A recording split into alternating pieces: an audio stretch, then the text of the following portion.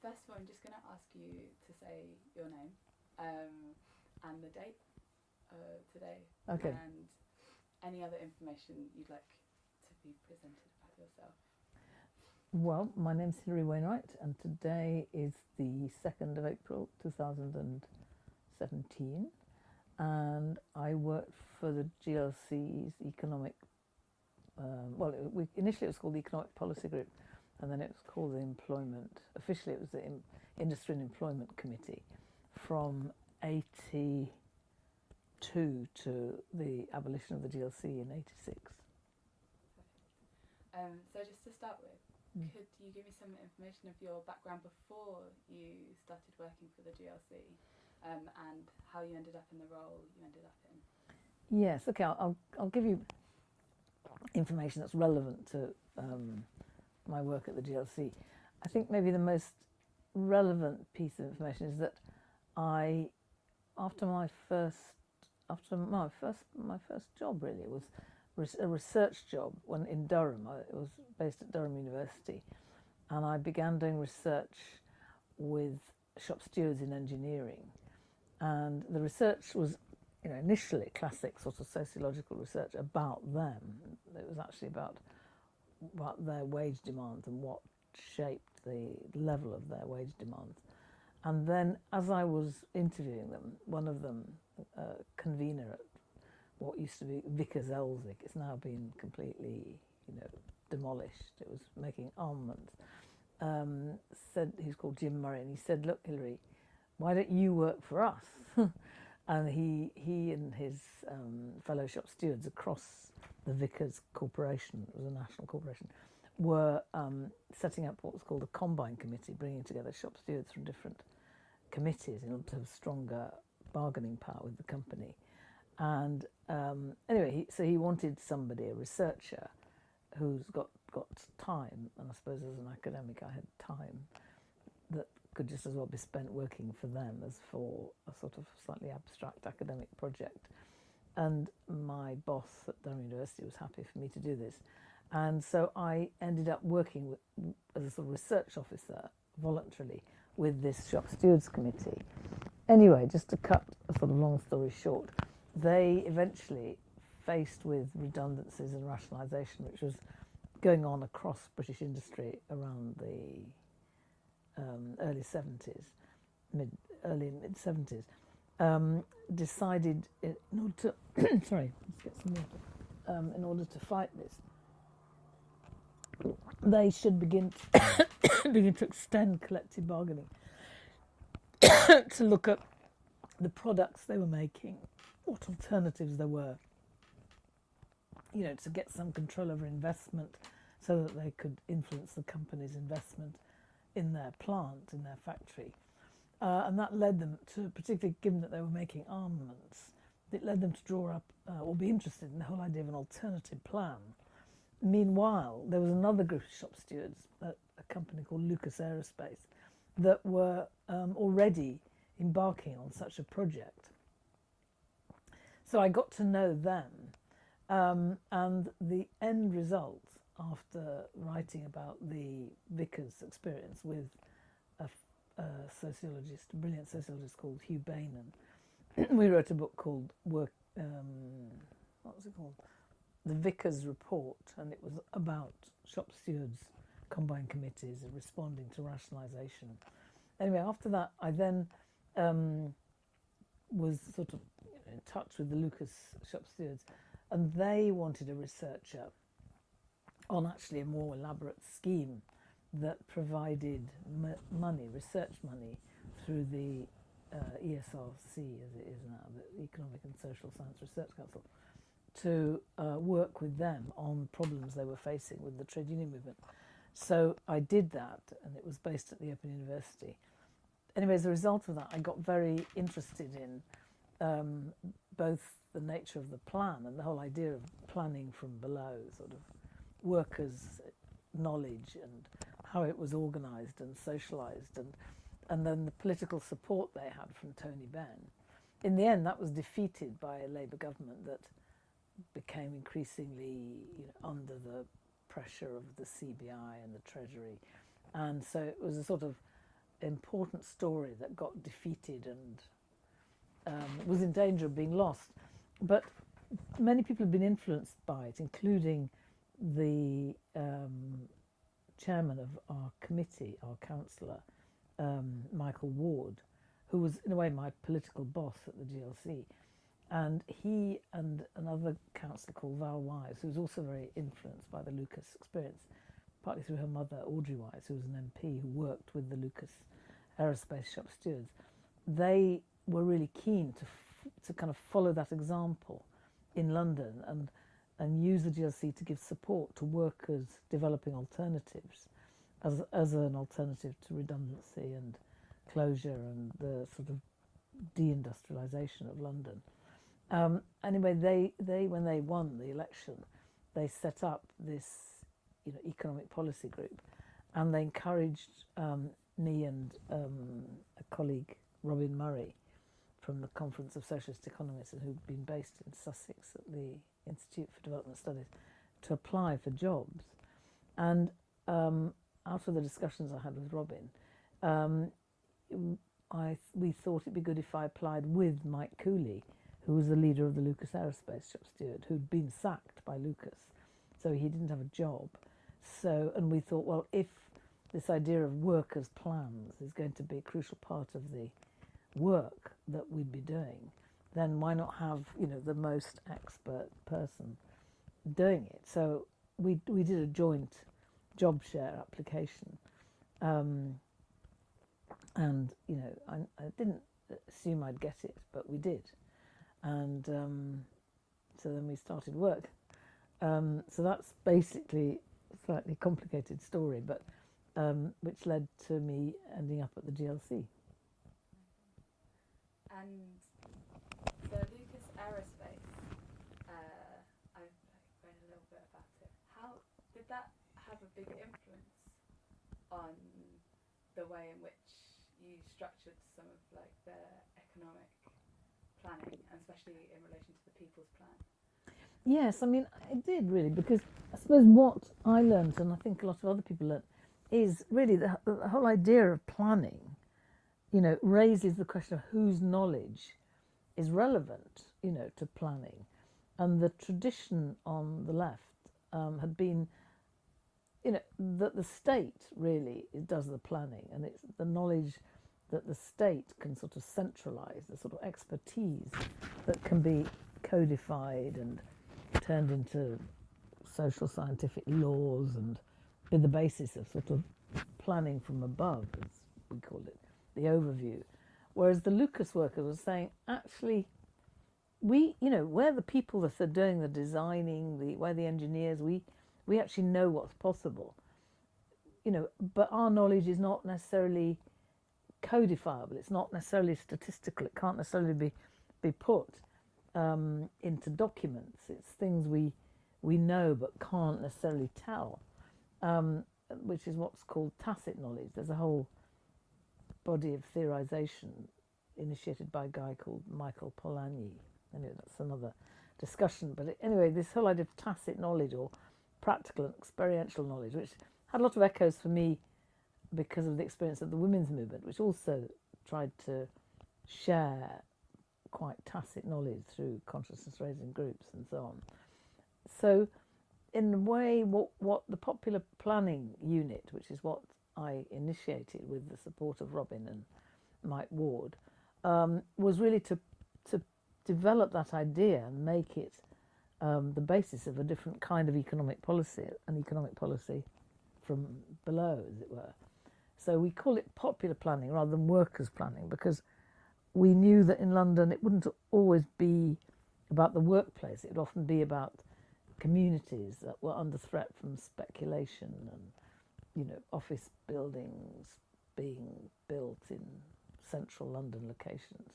There are one or two classic examples like Coin Street near Waterloo, where, the local people had a plan, an alternative plan. Some big corporate speculator was wanting to buy the land, and the GLC, once it was the left GLC, once it had been elected, blocked that speculative project, and instead of sort of in a classic traditional leftist way, taking over the land and planning it itself. It did take over the land, made it public, but then, as it were, shared it, handed it over effectively to a local community trust, which then implemented their plan with some GLC support, expertise and finance and so on. So we wanted that broader idea of popular planning, but whether it's popular planning or workers' planning in the workplace, it was about giving a platform to and resources to and sharing the practical and tacit knowledge of ordinary people. So it was starting from respect for that knowledge. In these situations, but maybe with particular reference to the document, people's plan, what was the interaction like with the local communities? Because the GLC had recently kind of got a radical manifesto, but before that the GLC was quite involved with lots of those communities, maybe in very different ways. I'm just wondering about that first interaction, or those moments of meeting with those communities. Yes, it's a pity you can't interview some of the people we worked with who sadly died. A wonderful woman called Connie Hunt, who, if you talk to her, she would really, curse the GLC. Historically, they were up against it. They were fighting it because it was often their landlord, and a very bad landlord. I mean, it had done some good things in terms of house building, and it had got an honourable tradition with Herbert Morrison, wanting to use municipal power to bring about a redistribution of wealth. I mean, the GLC is based on quite a big redistributional principle, because it's taking the funds of, from business rates and so on in Hampstead, let's say, and redistributing it to the people of Docklands and Tower Hamlets and Newham and the poorest areas. But there was a wariness of the GLC, and it was important that in the popular planning unit our approach was very much about directly going to meet people. So I went down to Docklands and sat in on the meetings of the people organising against the airport. So I didn't sort of go down heavy-handedly, or even sort of philanthropically saying, we've got bag loads of money, we can support whatever you want. I just sat there and listened, and then at a certain point said, well, sounds like, you've been thinking about alternatives to the airport as well.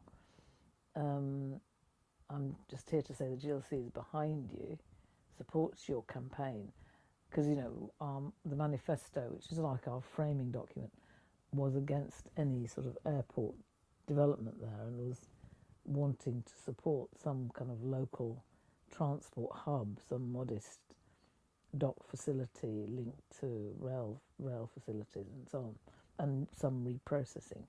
So I said this, and said, so we'd be willing to support you developing your plan for the area, but what do you need? How do you want to do it? And then they would, then gradually we built a relationship. And Ken Livingstone came to open the People's Plan Centre, as I remember, and so in a kind of gentle, not too impositional way, the GLC rebuilt a relationship which was based on support rather than on imposition or domination. Yeah, what were those, in terms of the structure, or the kind of process that the People's Plan took, how was it organised? Especially coming from now, trying to imagine how that organisation would look of both. Obviously in some ways very state opposition, but also still a government structure interacting on those kind of grassroots communities. Yes, well, firstly, it was very much driven by them. They set up a committee, to run the process, and they asked me to be on it in some advisory capacity at least. I'm not sure if I had a vote or not. And my approach was always to say, so what do you think, how do you think it should be done? So they first said, well, I think we need a place that people can come with their ideas. So they were thinking very much in terms of what would it mean, how would it work in terms of their knowledge of people's willingness to participate. So that was clear. They wanted somewhere that was part of people's daily lives, in the shopping centre, so people could just drop in and share ideas. So that's what led to the idea of a People's Plan Centre. And this woman Connie, she knew it was called Woolwich Pier Parade, and she knew which shops could be got cheaply, and so we rented a shop and set up this People's Plan Centre. And then they said, well, we're all quite busy. I mean, these are mainly retired women, but they were busy. They'd become the sort of shop stewards of the area, really, as well as having their families and their grandchildren and so on. So they said, well, we ought to employ some people who could do this work for us, who could go out and stimulate ideas. So we developed a kind of idea of what we wanted. We wanted somebody who could work with local businesses, somebody who, could work with young people, somebody who was more community-based. And we got, I think, 4 people. One was a guy who worked with businesses. Another was a young woman who just left school. And then another was a mother who was mainly based at home, but, was wanting to go back to work. And the other was a young guy. I can't remember much about him. Gary, I think he's called. But he was just like a young, streetwise guy. And so the committee then sort of worked with them on a plan to visit, all the local kind of, wherever there were people. So the guy that was responsible for contact with businesses, his job was to see whether those businesses wanted to expand, whether there's any room for expansion, and to discuss what they would need to do so. And then the young woman, she would just think of ways of contacting people. So I remember going with her to a bingo session, and halfway through said, could we, have a little bit of a discussion about this, which, it wasn't her favourite idea of spending a bingo evening, but they were willing to do it. And others would organise smaller meetings in their streets and so on. So that was the sort of process that was both locally based but GLC supported, and had got some capacity to really go deeper through these people that were employed. And they would be employed at the People's Plan Centre. Sometimes, most of them would be half-time, I think, from what I can remember. And what was in terms of deciding what the outcome was, how was that kind of decided in terms of creating an actual kind of final piece or a final presentation, and who did it get presented to? Well, there was a bit of pressure because there was an inquiry going on into whether or not there should be an airport, sort of government-backed inquiry, for which we needed to get the plan done to present. And there was a lawyer, Tony Gifford, who was very sympathetic. He was the lawyer for the campaign, and he was very sympathetic and wanted the plan to be an important part of the campaign against the airport's sort of argument. So we had to get it ready for them. So the meetings of the campaign against the airport kind of agreed broadly what should be in it, and then I worked with different people to write it up, and then a very sympathetic designer designed it with pictures that the local community had gathered, and so it was sort of done with them, but also with this external expertise, both in terms of design and with me in terms of the writing. Do you think there was an optimistic feel about it in terms of its potential of success? Well, it was people were optimistic in the sense they felt pleased with what they'd done, I think they knew they were up against pretty tough odds. You know, the inspector was a friendly guy, but you know, he was the employee of the government. You know, and I mean, the London Docklands Development Corporation, which was backing the airport, was a government body. So this inquiry was effectively, you know, if it was to say anything critical, it would be challenging the government. So it was sympathetic to us. The inspector went out of his way to say he appreciated it, and actually, I think it did have an impact, because the end result was that the airport could go ahead, but there had to be very definite restrictions on the size and noise of jets, and you know, so it didn't go ahead in a sort of gung ho, anything goes kind of way. And in terms of maybe the community and the changes that the community went through, the People's Plan, but like, what changes do you feel like happened? I don't know, it's difficult for me to say, because I didn't really sort of study that, but I suppose people did become more confident and more sure they were right, because they did feel this alternative was possible. So I think it just sort of increased people's sense of a common cause and a positive cause. I think the fact it wasn't just negative put people a bit onto the offensive. I don't know, what else do you think could, I mean... I guess I was wondering about it as being an area that had gone through... No problem. Is that okay? Yeah, no problem. Yes. If you want to put it on hold, you can. I don't know how to do that, I'm just No. going to let it. Just going to let it run.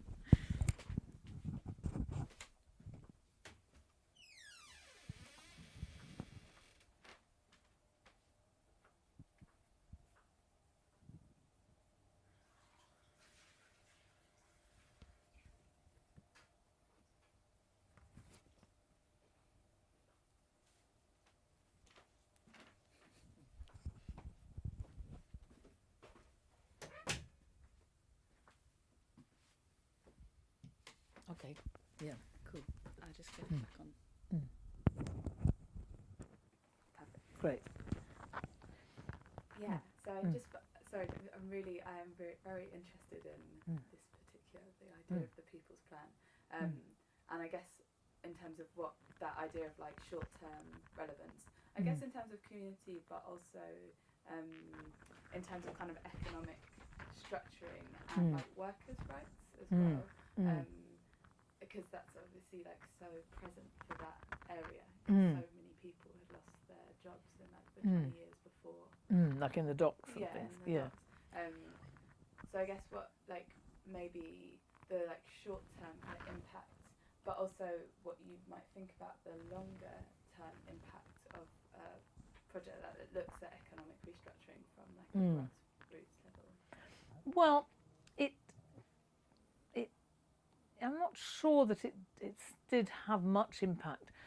It brought together the small businesses, and that could have been important. Whether it led to any of them expanding, doing more, applying for grants from the GLC or the LDDC, I'm not quite sure. I never followed that up.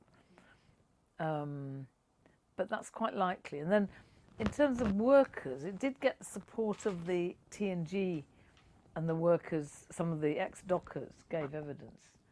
And I think, you know, the docks had I think they've gone. So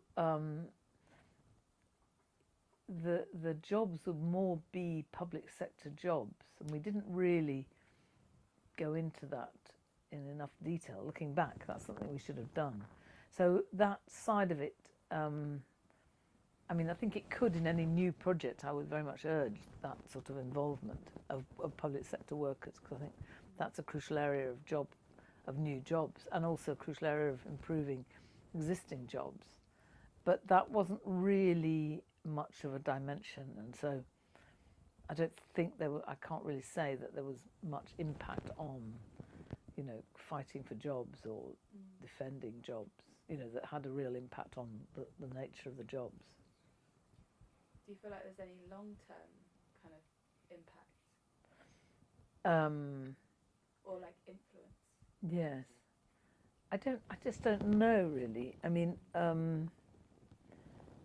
whether it had enough depth of support and participation for that to be the case in Newham. I mean, there's quite a lot of hostility to it from the politicians, well, mainly from the civil servants who kind of thought, the people planning? That's not really acceptable.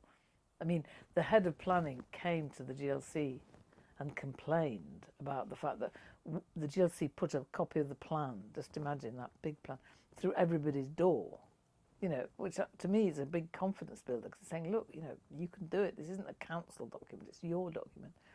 And they were furious, and came to the GLC and Mike Ward, the councillor, had to summon me, and I think they thought he'd give me a bollocking, but he didn't. He was just very supportive, and they had to go away with their legs between their tails, really. But I think that meant that the People's Plan was a little bit marginalised to the Docklands area, to the Royal Docks area, which is a very beleaguered sort of area. So I think it's great that this project can sort of revive it a bit. Can you tell me a bit more about the interaction between the GLC and the council, in terms of what those interactions were like, or how it came into contact in terms of the People's Plan, but also maybe the popular planning unit in general, because there must have been some potential conflicts. Well, I think the Docklands thing is specific because there the government had taken away the planning powers of the local authorities, so they're very sensitive. They didn't want the GLC taking away their powers as well. Whereas in fact the GLC was trying to support them. But I think as a result they were a bit wary of initiatives like the People's Plan, because it seemed like yet another, coming from different sources, sort of challenge to their authority. So I think that would be the source of the problem. And I don't think they ever overcame that. I mean, I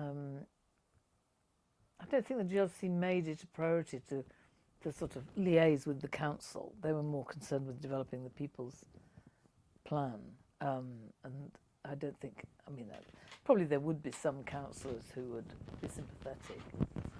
I don't remember, but there were definitely some, but I don't remember exactly who. There's a woman called Pat, who I think was sympathetic, but that was quite, it was a pretty conventional Labour council, quite right wing, quite wary of popular initiatives.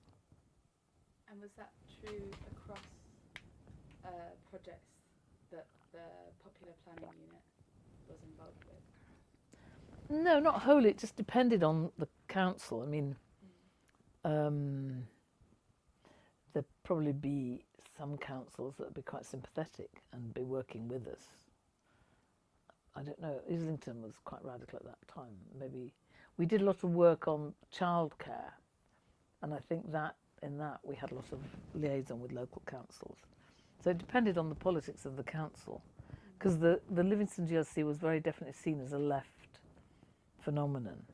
So, given how factional and divided the Labour Party can be, then right-wing councils are quite hostile. What, could you give me some other examples? Because I only really know about the Docklands one, but some other examples of other projects that had maybe an influence or similar strategies. Well, one that involved workers that I'm not quite sure where it led to, but was around the furniture industry, which is an important industry in London and was being decimated by, deindustrialisation and closures and so on. And our approach there was to start firstly from the fact that we recognised workers didn't have time generally to sort of think and draw up plans and so on. and sometimes they weren't strong enough to bargain for that time, like the Lucas workers, and I think the Vickers workers did. But we're now 10 years on, and workers' organisations are quite weak. And so actually, what we did was to say, well, we've got the public funds to fund people to have time off to think. So we funded a series of workshops with furniture workers, and we got somebody, a WA tutor called Mary Davies, who'd done a lot of work with furniture workers. She was a trade union education person, and so she came and sort of helped to facilitate workshops where they discussed what was needed in the industry, their alternatives, and we published that in a little pamphlet called Beneath the Veneer. And but then, more important, that then had some influence on the investment of the GLC's Greater London Enterprise Board, which was there to save factories, to work with workers on alternatives and bargain with management using the fact of money, some public money, to stop closures and redundancies.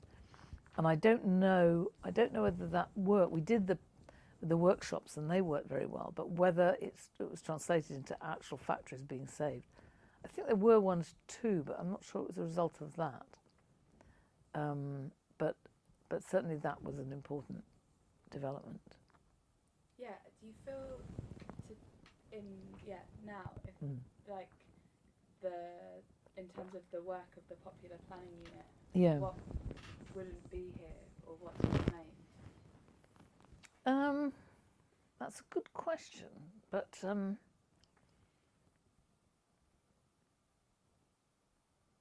I think it's more ideas about what's possible. I think the idea of a collaboration between civil society and the state is an important legacy that wasn't really thought about before. Before, the state did everything with managers, really, not with the people organised, them self-organised. Even unions often didn't get a real share in thinking about planning. They were on various corporatist sort of formal bodies, but they often didn't have real influence. So I think it was trying to give that idea of the knowledge of civil society. Oh, sorry, I better. Oh, it's my sister. Can I just answer? Hi, Tess. Hello? Hi, Tessa. Hello? Hello? Hello? Hello? She's done it by mistake. Hello, Tess. Hello? Oh. I should just ring her. Tell her what.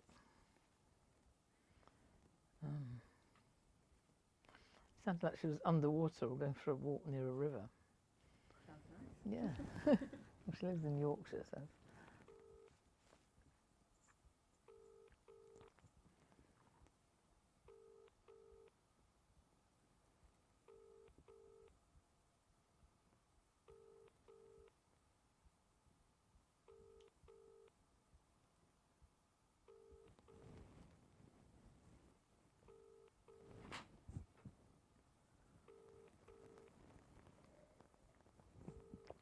Was the tea all right?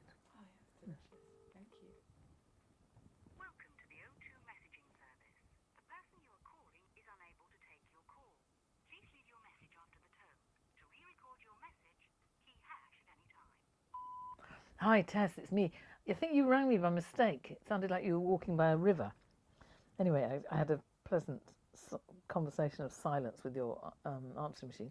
I'm catching a train at 4:35. And so I should be with you at Shipley by about 7:15. I'll ring you when I'm on the train from Leeds. Lots of love. Don't need to ring me back, especially since I'm just doing an interview. But I'll be on the train from 4:35. Lots of love. Bye. Okay, sorry. Where were we? About Oh yeah, relevance of Yes, what's the been left. So popular planning yes, so I today? think it's more an idea that's wasn't invented by us, but we certainly developed it. Of well, this idea of recognising the knowledge of the people. I think that's very much in Corbyn's sort of commitment. I suppose, in a way, that you could say that Corbyn and John McDonnell are kind of their rise, their success in the Labour Party is a kind of legacy, because in a way, John McDonnell, he was like the deputy leader, and he gained from that a real knowledge of a different way of doing politics, very much in alliance with workers, with citizens, rather than a sort of the arrogance of the left. And so I think that's been crucial, but it's still got a long way to go. It's not been developed enough yet, that idea. But, because of abolition, then, little of our actual institutions have been able to survive. Another important idea coming from Mike Cooley was the idea of opening up universities and technical, polytechnics to be a resource. Oh, sorry. Tess, hi. Oh, hi. Did you ring? Yeah, you rang me by mistake. Oh, right. But not to worry. I'm catching a train at 4:35, but I'm just in the middle of an interview. But I'll ring you when I'm on the train to Shipley from Leeds, which will be about 7ish.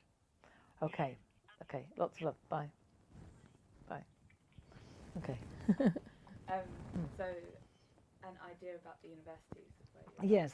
Well, opening the universities so that inventors, technologists could work with people on their day-to-day issues facing, problems of disability, problems of mobility, needing technological capacities, needing inventions that would help them solve their problem. There are a whole lot of, and he did this in practice. He started a whole lot of technology networks, around green technologies, around transport technologies, and they did prototypes of things. I think a famous one was the electric bike, which I found very useful in Tuscany. Not the particular one that they invented, but the idea of a bike that could, move into automated gear, as it were, when it went up hills. Anyway, so that was another idea. So there are various ideas that were illustrated. The other idea that was important was the idea influenced by feminists like Sheila Robotham and others who worked with the GLC, are really saying, domestic labour is a part of the economy. So our industrial strategy must include supporting childcare initiatives, laundrettes, other kinds of socialised domestic labour. So it was a very fertile sort of area where we looked at ideas that were coming up from, different sort of social citizens groups, rather than just drawing them out of our own thumbs, as it were. So it was very much, turning politics round. So we started with the ideas and the intelligence of local people. And so, as a result, the institutions were very open. They're very opened up in contrast to the old GLC.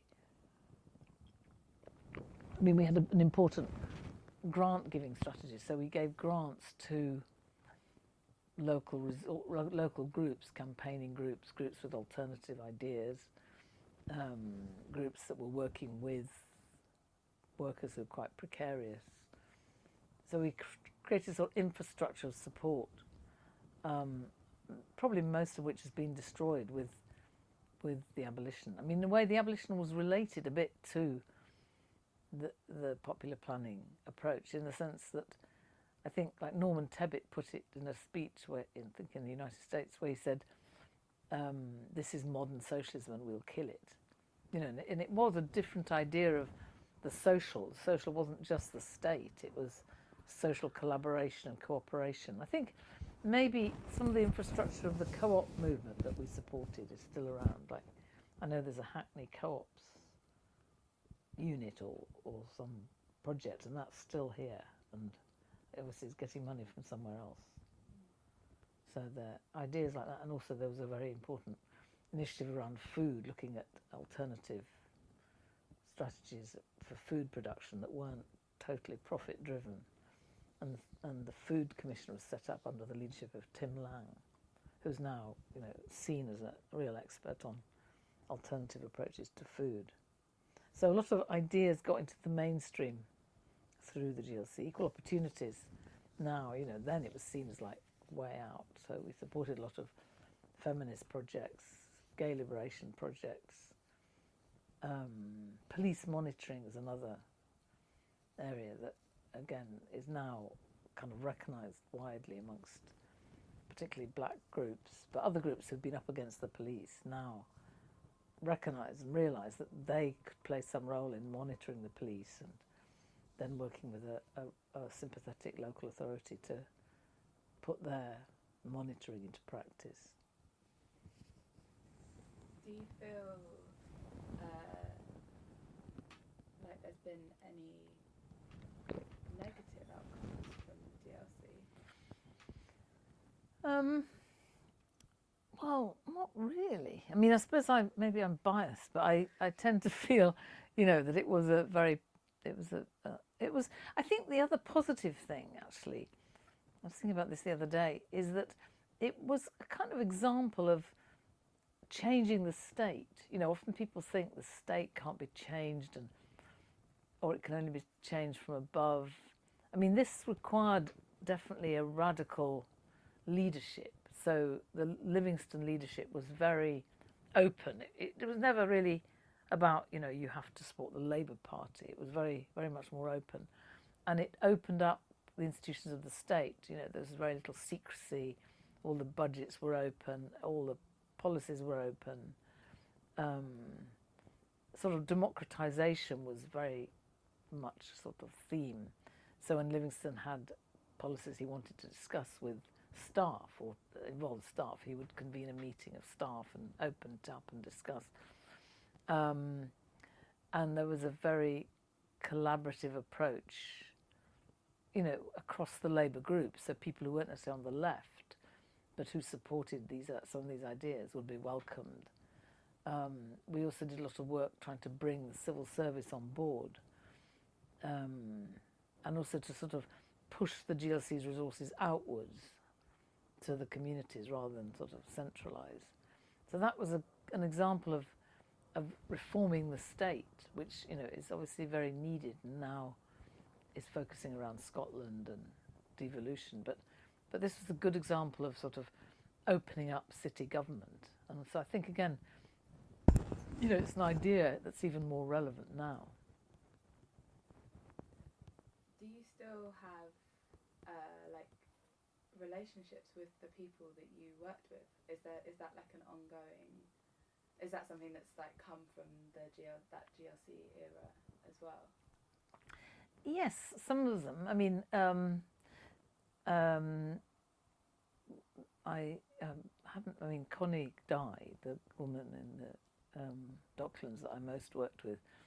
I'm going to be doing a meeting with other people from Docklands in May, and I'm in touch with. There's a guy, Bob Colnut, from the Joint Docklands Action Group, which is very important. That was a very important ally of the People's Plan and an important support for me and the GLC, because they'd worked in Docklands for a long time, and many of them are still around, so I keep in touch with them.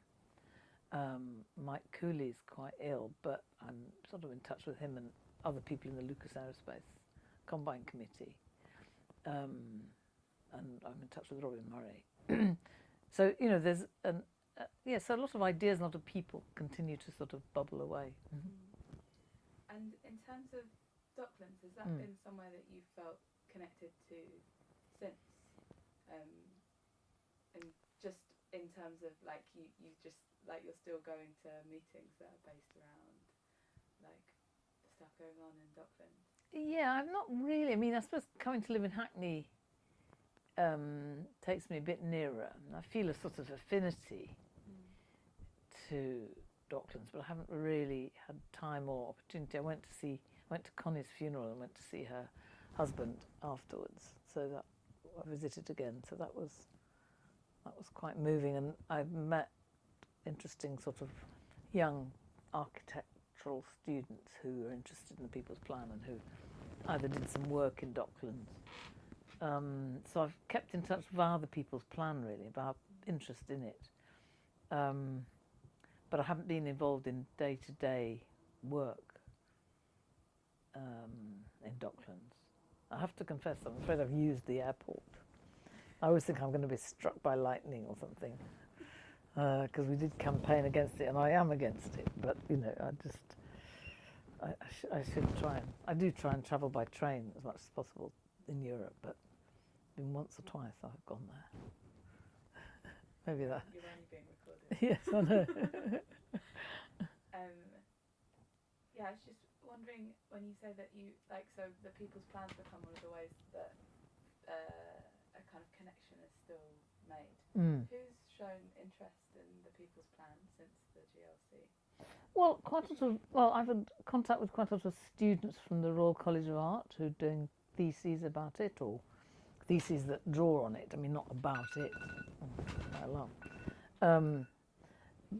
Yeah. So there's a lot of interest amongst students, particularly critical architectural and planning students, who are wanting to, see other ways, alternative ways that are more democratic, more responsive to social need. And for them, the People's Plan's been a useful stimulus and maybe inspiration. But I don't want to exaggerate its impact.